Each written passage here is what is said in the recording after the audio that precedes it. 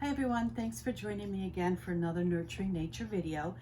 And as I told you previously, we are going to make a mini Zen garden today. Now Zen gardens are Japanese and they are typically outside. So you'll find a big area filled with sand, rocks, temples, benches, bushes, little trees. But of course, not all of us can have a huge Zen garden. So to bring that peace and tranquility inside your home, you can make a little mini Zen garden to keep on your tabletop.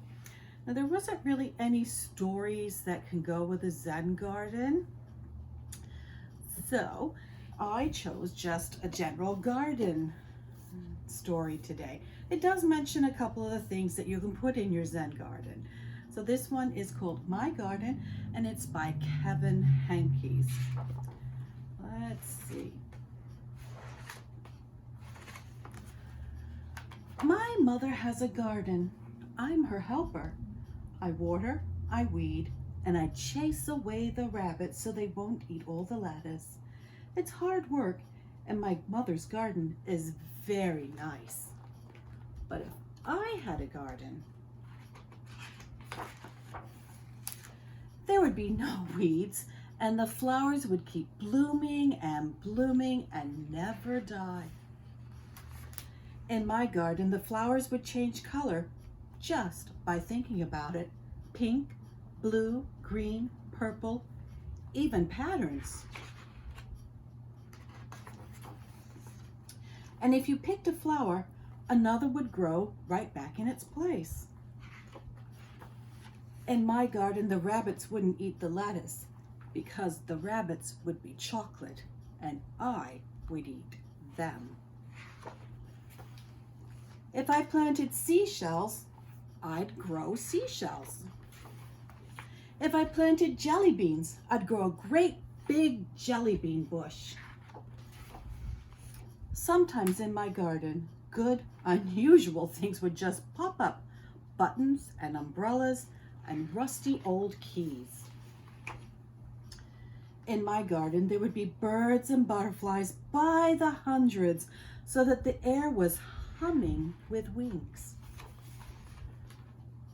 The tomatoes would be as big as beach balls and the carrots would be invisible because I don't like carrots. At night, the morning glories would stay open, shining like stars, and the strawberries would glow like lanterns. It's night now. Only the fireflies and the porch light are glowing. Before bed, I take one seashell from the shelf in my room and go to the garden. I poke the seashell into the ground. Who knows what might happen? I cover it up with dirt and pat down the dirt with my foot. What are you doing? Asked my mother. Oh, nothing. Just working in the garden. That's just a nice little garden story. Like I said, there's a couple things in that story that you'll find that you can put in your Zen garden. So the first thing you want to do is take your tray, just have a tray like that, and your sand. Probably a good idea to cover up your work surface first because the sand might go a little bit over. And just pour the sand into your tray. Kind of sounds like rain, gentle rain. You don't necessarily have to pour it all in because you want to make sure you have room to rake. So just kind of see, and you can rake it around.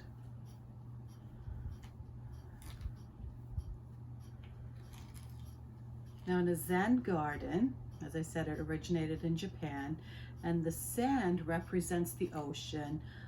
The patterns you make represent the waves, and the other things represent what grows in the relationship between everything. So like I said, I did mine in blue so you could see. You do have a white or creamy sand. You also have rocks and a little package with seashells, some little flowers, and ladybugs. And of course you have your bamboo rake. So after you have poured your sand in, then you want to take whatever you want to use. Some rocks. I put a little ladybug on one of my rocks. You could stack them up. Out in a real Zen garden, they would have these beautiful sculptures of stacked stones or cranes. The bird crane, maybe a temple.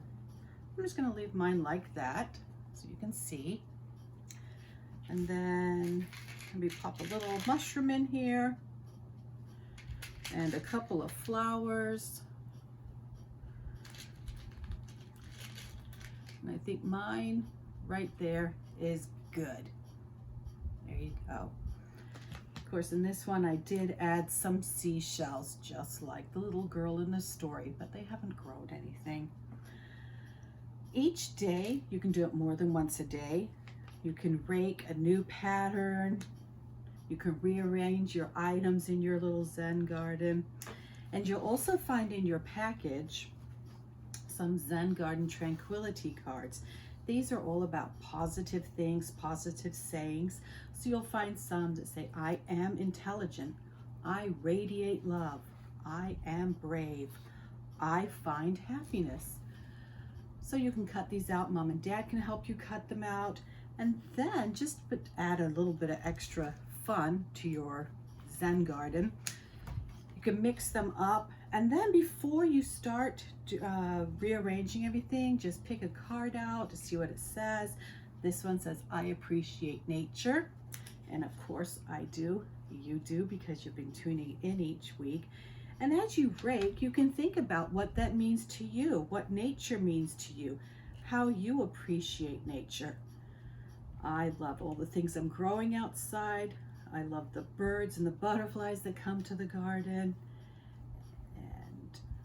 Let's see, I wish I could bring more nature into the house, but obviously a lot of it needs to stay outside.